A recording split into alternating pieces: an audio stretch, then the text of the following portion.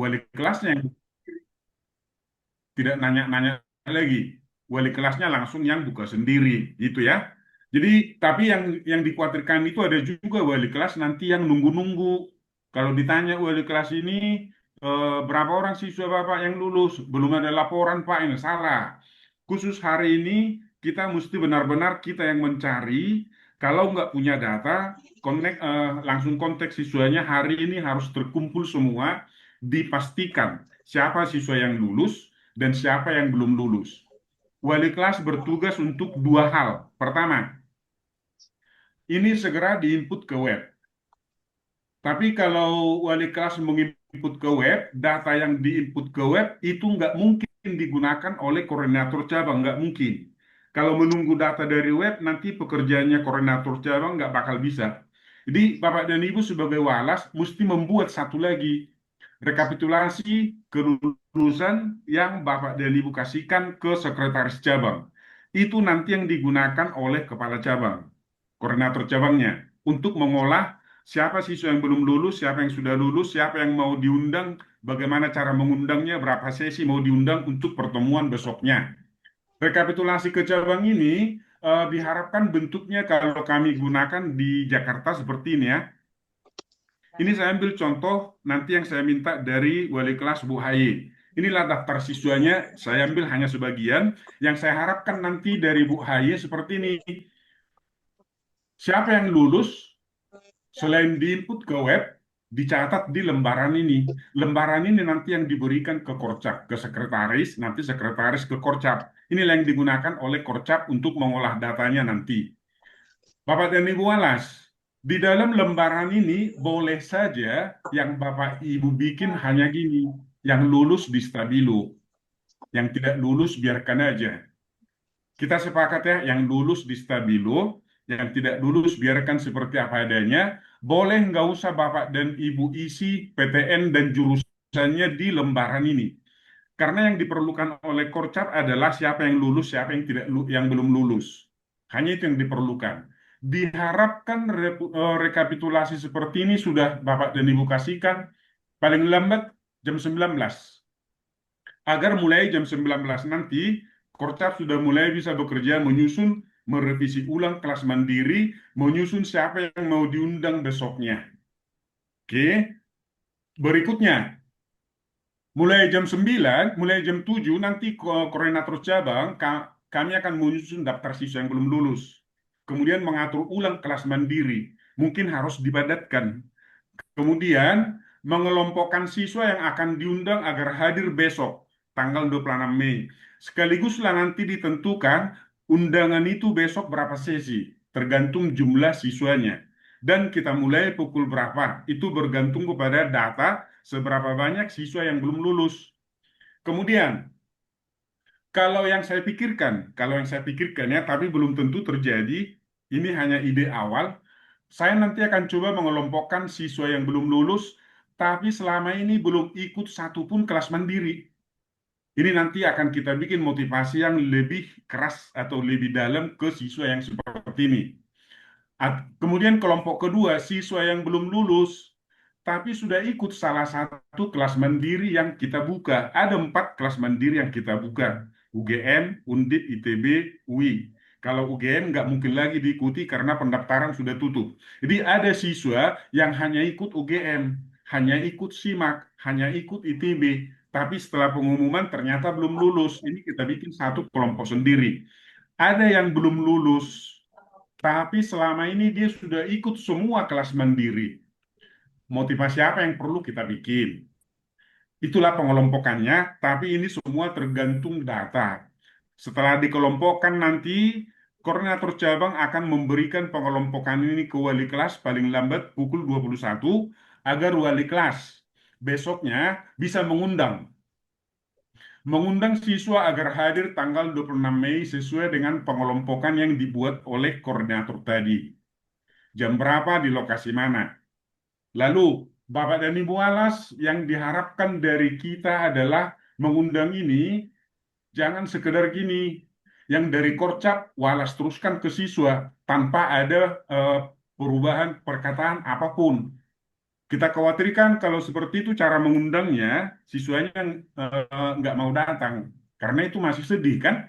Diharapkan wali kelas harus membuat cara agar bagaimanapun caranya, agar siswa yang belum lulus ini mau hadir. Kalau perlu secara personal kita hubungi kenapa rupanya gitu ya.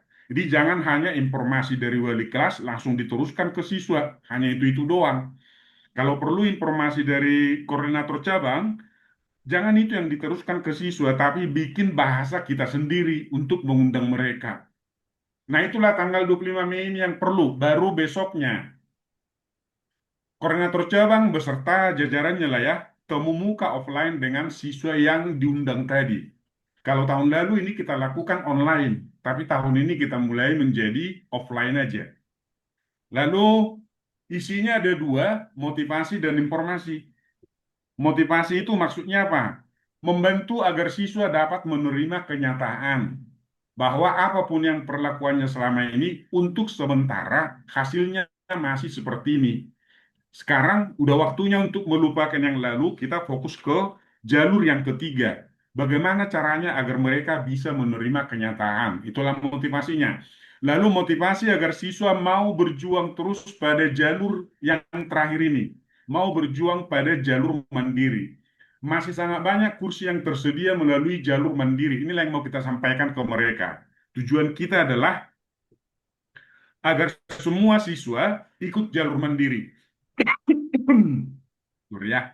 Lalu informasi, kita akan menyampaikan informasi jenis-jenis jalur mandiri dan beberapa contoh mandiri PTN yang dibuka. Ada mandiri yang hanya memakai nilai UTBK, ada hanya nilai rapot, ada yang memakai nilai ujian tulis.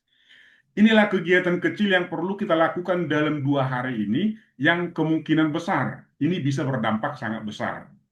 Nanti juga sekaligus kita kasih contoh siswa tahun lalu siapa, bagaimana pengalamannya, dan hasil akhirnya apa. Itu ya Bapak dan Ibu ya.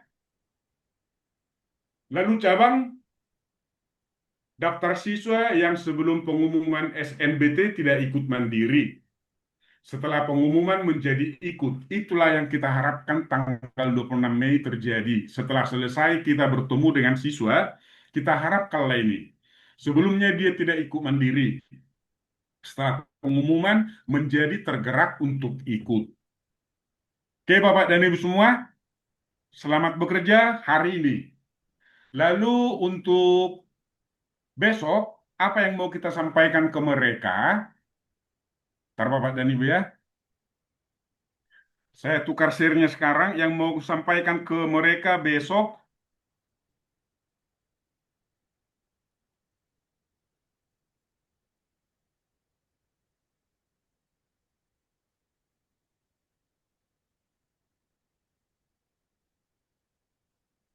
Oke Bapak dan Ibu ya, inilah slide-nya yang kami sediakan untuk disampaikan ke siswa besok.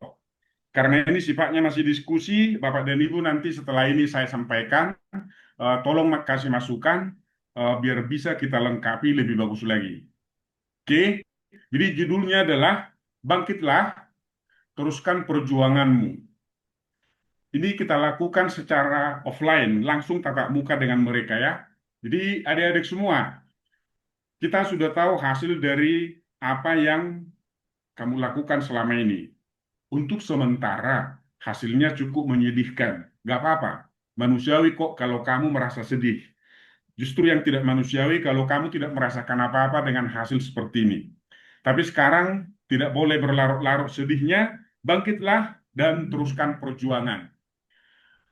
Adik-adik semua, perbedaan antara orang sukses dengan orang yang gagal itu sebenarnya tidak begitu banyak. Kalau orang yang gagal, biasanya sekali dia gagal, langsung berhenti. Kalau orang yang sukses, setiap kali dia jatuh, dia selalu bangkit lagi. Itu perbedaan utama antara orang yang sukses dengan orang yang gagal. Jadi yang paling menyakitkan dari orang gagal itu adalah gini.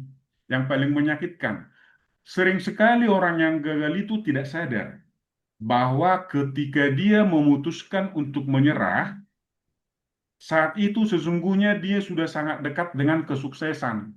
Jadi orang gagal itu banyak yang berhenti di langkah terakhir satu langkah terakhir sebelum garis finish.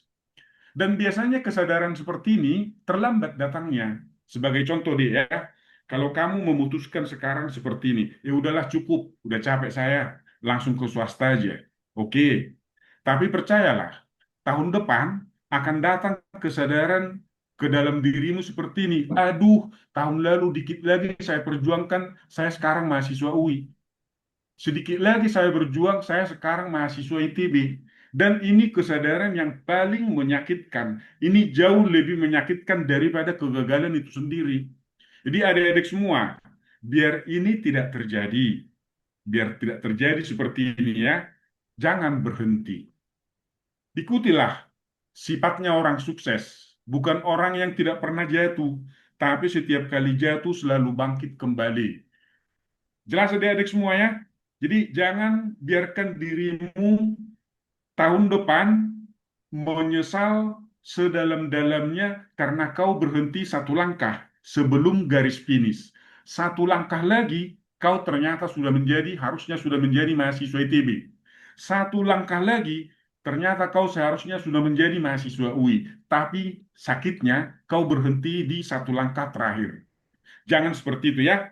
Oke, lalu bangkitlah dan semangat lagi. Semangatmu harus lebih membara dibanding sebelumnya. Bangkit dan semangat lagi. Ada pepatah, bukan pepatah ya. Ada orang bijak mengatakan gini, kesuksesan itu adalah milik orang-orang yang bertahan sedikit lebih lama dibanding orang lain. Bertahan sedikit lebih lama dibanding orang lain. Jadi ketika orang lain berhenti, selangkah lagi kamu tidak berhenti, selangkah lagi ternyata kamu sudah menjadi orang sukses. Itu adik-adik semua ya. Nah, inilah contohnya ya. Tegakkan kepalamu, hadapi tantangan berikutnya. Mulai sekarang harus seperti itu sikapmu ya. Tegakkan kepalamu, hadapi tantangan yang berikutnya ini. Jangan habiskan waktumu untuk menyesali masa lalu. Jangan seperti itu. Tapi gunakan energimu untuk menghadapi tantangan berikutnya. Kami tahu kamu sangat sedih dan terpuruk. Itu kami tahu, jelas benar kami tahu. Kalau kamu tidak sedih justru sangat aneh. Tapi kamu tidak sendirian. Kami beserta wali kelas seluruh jajaran Inten turut merasakan kesedihanmu ya. Oke, bersedihlah. Yang kami minta jangan berlarut-larut. Tanggal 25 pengumuman. Sekarang tanggal 26 kamu harus hadir. Tanggal 27 kita libur. Berikutnya langsung semangat lagi belajar. Siapkan dirimu. Sudah banyak yang menyerah. Dan itulah kelebihanmu sebagai siswa Inten. Orang lain di luar siswa Inten sekarang sudah banyak yang menyerah. Dan kalaupun mereka tidak menyerah, mereka tidak tahu mau kemana. Tapi kamu siswa Inten, jangan menyerah. Dan kalau kamu mau berjuang terus, kami akan mendampingimu terus-menerus. Jangan lihat biaya pendaftaran ya, tapi yang kau lihat adalah cita-citamu. Jangan merasa, aduh mendaftar ke sana, mendaftar ke sini, habis duit bapak saya. Jangan begitu. Ini cara terbaik menghabiskan duit bapakmu. Cara terbaik menghabiskan duit orang tuamu. Bukan nongkrong di kafe, enggak. Daftar kau sebanyak-banyaknya. Habiskan duit orang tuamu di situ. Ini cara terbaik. Yang perlu kau ingat adalah impianmu apa. Jangan lihat mahal pendaftarannya, jangan begitu. Pokoknya ini impian saya, daftarkan. Ini impian saya, daftarkan. Lalu inilah saatnya menuntaskan perjuangan karena ini jalur yang terakhir ya. Langkah terakhir lah ini. Makanya jangan menyerah di sini, jangan menyerah di satu langkah sebelum garis finish. Lalu jangan ghosting, jangan kau abaikan guru inten. Adik-adik semua, bisa jadi nanti kau merasa malu sehingga setiap WA dari guru inten kau cuekin. Malah ada yang keluar dari grup. Jangan gitu. Semua informasi akan diberikan oleh wali kelas kepadamu. Informasi apapun yang kau perlukan, yang ada pasti akan dibagikan. Jangan ghosting dan jangan abaikan guru inten. Karena selain keluargamu, yang paling peduli dengan kamu saat ini adalah kami, guru-guru di inten. Selain keluargamu ya, kamilah yang paling peduli. Jadi mari kita bersama-sama ya adik-adik ya. Mari kita bersama-sama berpegangan tangan mengarungi perjuangan yang satu lagi nih, agar cita-citamu untuk kuliah di Sudah perguruan aja. tinggi negeri terwujud Lewat sini melalui aja ya, jalur Mas. yang Lewat sini jalur aja. mandiri. Oke, adik-adik semuanya. Oke, ini sebagai contoh deh ya. Informasi atau data dari Inten, tahun ajaran 2021-2022, siswa Inten yang lulus lewat jalur SNBP itu hanya 8,02%. Jalur SNBT 31,23%, jalur Mandiri 56,22%. Tahun ini, tahun 2021-2022 itu habis COVID, total kelulusan siswa Inten 95,47%. Tapi adik-adik semua, bukan itu yang paling utama yang kamu lihat ya. Lihat jalur mandirinya. Kenapa seperti ini? Kok lebih besar kelulusan Inten melalui jalur mandiri? Ya memang gitu. Kenapa? Karena daya tampung jalur mandiri memang lebih besar dibanding SNBP. Daya tampung jalur mandiri lebih besar dibanding SNBT. Jadi sangat wajar kok ini. Itu makanya di langkah terakhir ini kamu tidak boleh menyerah. Karena di sini peluangnya lebih besar. Kursi yang tersedia lebih banyak. Oke, adik-adik semuanya. Ini sebagai contoh. Kebetulan ini eh, yang terambil satu ya. Nggak apa-apa saya ambil contoh tahun 2023. Tahun lalu nanti akan ada juga contohnya. Ada siswa kita yang namanya Mahesa Fadilah Andre. Pilihannya waktu SNBP ya, Universitas Indonesia S1 Ilmu Komputer, Institut Teknologi 10 November S1 Teknik Informatika. Keren banget pilihannya. Waktu waktu KPJ pun dia ngotot harus ini. Dua-duanya adalah pilihan yang sangat istimewa. Nggak apa-apa. Kemudian setelah UTBK hasilnya seperti ini. Kemampuan penalaran umumnya bagus, tapi pengetahuan dan pemahaman umum nggak bagus. Apalagi penalaran matematik 459,88 di bawah Mau standar. bikin tembok. Kalau dirata-ratakan ini nilainya 673,86. Bapak, adik-adik semuanya, sangat wajar waktu pengumuman hasilnya seperti ini. Dinyatakan tidak lulus 673,86 untuk pilihan ilmu komputer di UI nggak bisa memang. ITS juga nggak bisa, nggak lulus. Lalu ada kalimat dari panitia, jangan putus asa dan tetap semangat. Ternyata adik ini si Mahesa ini yang dilihatnya dari pengumuman itu bukan kegagalannya, tapi nasihatnya. Jangan putus asa dan tetap semangat. Dia tidak putus asa dan tetap semangat. Lanjutkan perjuangan. Inilah hadiah untuk yang bertahan lebih lama. Adik ini bertahan lebih lama. Bertahan lebih lama itu artinya langkah-langkah terakhir perjuangan itu dilakukan. Ikut mandiri sebanyak-banyaknya. Di antara mandiri yang dan yang lulus pada akhirnya adik ini lulus Kenapa lewat ya? jalur satu ilmu komputer. Lulus lewat jalur seleksi mandiri ITB di STE Komputasi. Dia ikut IUP ITB Intake 3, lulus Computer Science, jalur Smith, lulus Teknik Informatika. Saya pilih yang empat ini aja. Banyak kali dia lulus. Inilah contoh yang bertahan lebih lama. Oke, ini tahun 2023, Pak. Oke. Yang baru tahun lalu. Ini tahun 2025. Ardi Mahardika Widyatmoko. Kawan ini lahirnya di Berlin, SMA 70. Pilihannya waktu SNBT, Universitas Indonesia Arsitektur. Pilihan kedua, Universitas Indonesia Teknik Sipil. Bayangkan, dua-duanya Universitas Indonesia. Kedua pilihannya jurusan-jurusan yang sangat favorit. Pilihan tiga, nggak ada. Pilihan empat, nggak ada. Hasil SNBT-nya, kalau dirata-ratakan, 628,16. Wajar kalau nggak lulus di pilihan pertama maupun pilihan kedua. Literasi dalam bahasa Indonesia 412,95. Dulu belajarnya ogah-ogahan. Tidak lulus hasilnya. Tapi adik ini memilih untuk bertahan lebih lama, meneruskan perjuangan. Karena dia lahir di Berlin, dia udah bilang gini, dia akan mengikuti IUP. Jadi setelah diikuti, inilah hasilnya. Dia ikut IUP ITS, lulus arsitektur. Dia ikut IUP UGM yang terakhir, lulus teknik sipil. Dia ikut IUP ITB, lulus arsitektur. Inilah contoh hadiah untuk yang bertahan lebih lama. Kalau mau contoh yang lain, saya tambahin dik ya. Thierry Rizk Said Eckhart. Pilihannya pas UTBK, Institut Teknologi Bandung, FTMD, Institut Teknologi 10 November, Teknik Fisika. Hasil UTBK-nya, kalau dirata-ratakan 648,43. Literasi dalam bahasa Indonesia di bawah 600. Pemahaman bacaan dan menulis di bawah 600. Hasilnya ini tidak lulus di jalur SNBT. Sama, dia pilih untuk bertahan, tidak mau menyerah.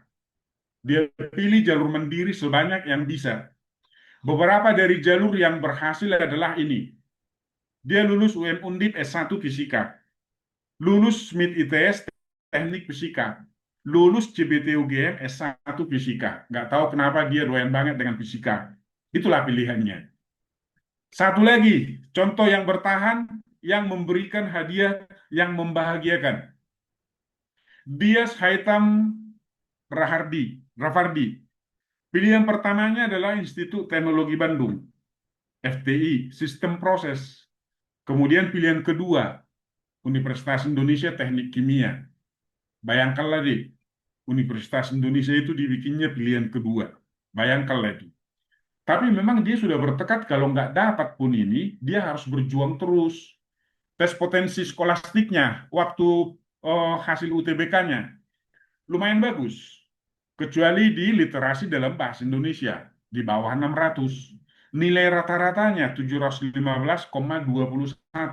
715,21 saat itu tidak lulus ke FTI, belum bisa masuk ITB, belum bisa masuk UI dengan rata-rata 715,21.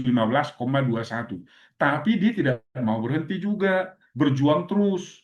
Hasil perjuangannya jadi seperti ini. Dia lulus MUP 4, Teknik Geologi.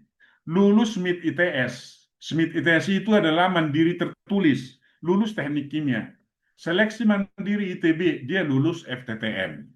Adik-adik semua, andai kata waktu pengumuman SNBT, adik ini menyerah, maka yang tiga ini, yang lulus ini jadi nggak dapat lagi kan? Tahun depannya barulah kesadaran kita muncul. Andai kata kemarin saya teruskan, ternyata saya harusnya sudah mahasiswa ITB. Penyesalan yang luar biasa. Adik-adik semua ingat, kita lebih menyesali apa yang tidak kita lakukan di masa lalu daripada kesalahan yang kita lakukan. Penyesalan paling besar itu datang dari apa yang tidak kita lakukan. Kalau kamu tidak melakukan ini, tidak ikut kelas mandiri, penyesalanmu paling paling besar nanti. Oke, adik-adik semua? Oke, kalau begitu, sekarang kami tunjukkanlah jalur-jalur mandiri yang bisa kalian ikuti. Ada jalur mandiri non ujian tulis. Keuntungannya kalau kamu mengikuti ini, kamu tidak perlu mempersiapkan diri lagi. Tinggal daftarkan, doakan lalu tunggu hasilnya. Kemudian, kompetitormu di jalur ini sudah berkurang banyak. Karena yang lulus UTBK, yang lulus SNBT nggak boleh ikut. Berarti kompetitormu sudah berkurang sangat banyak. Itu artinya peluangmu bertambah. Lalu, ini sangat mudah untuk dilakukan. Kamu daftar, isikan data dirimu. Setelah itu, upload rapor.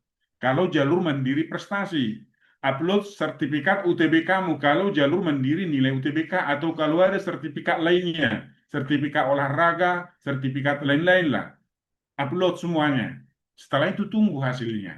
Ini cukup mudah dilakukan. PTN-PTN yang menggunakan seleksi mandiri nilai UTBK hanya menggunakan nilai UTBK. Beberapa PTN kami cantumkan di sini yang pendaftarannya sudah dekat. Universitas Sumatera Utara, pendaftaran terakhir tanggal 30 Mei. Adik-adik semua, kalau kalian mau memilih ke USU, saya sarankan pilih kedokteran atau kedokteran gigi. Kalau kamu di kelompok sosialnya, akuntansi atau hukum, itu benderanya USU. Kemudian skema UTBK dan rapor untuk 4. Tanggal 2 Juni baru tutup. Sekarang tanggal 26, kamu masih punya waktu. Yang kamu lakukan di sini hanya seperti tadi, daftarkan, bikin data dirimu, kemudian upload raportmu. Untuk ITB, SSU ITB non-tes UTBK, tutup pendaftarannya tanggal 5 Juni. Kemudian Mandiri UTBK gelombang 1, ini menggunakan hasil UTBK. Tutupnya tanggal 8 Juni. Kamu tidak perlu belajar, tidak perlu mempersiapkan apapun. Inilah beberapa seleksi mandiri yang memakai nilai UTBK. Adik-adik semua, kenapa tadi kami minta jangan ghosting atau abaikan guru inten? Karena informasi seperti ini akan terus kami berikan. Apapun tentang perguruan tinggi negeri mandirinya akan terus-menerus kami berikan nanti ke kalian. Gak usah capek-capek kalian mencari-cari ya. Tunggu aja dari wali kelasmu. Akan kami berikan semua. Halo?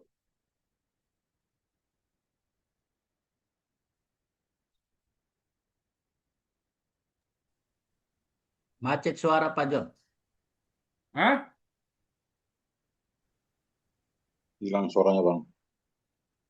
Nggak ada suaranya. Sudah, Bang.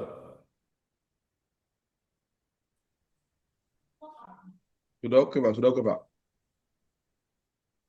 Udah oke, kelihatan. So, di monitor saya agak unik ini. Saya sendiri nggak kelihatan di monitor.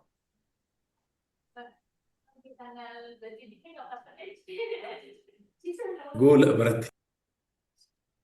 Tapi Tapi kelihatan jelas ya, slide saya bisa, suara saya bisa ya.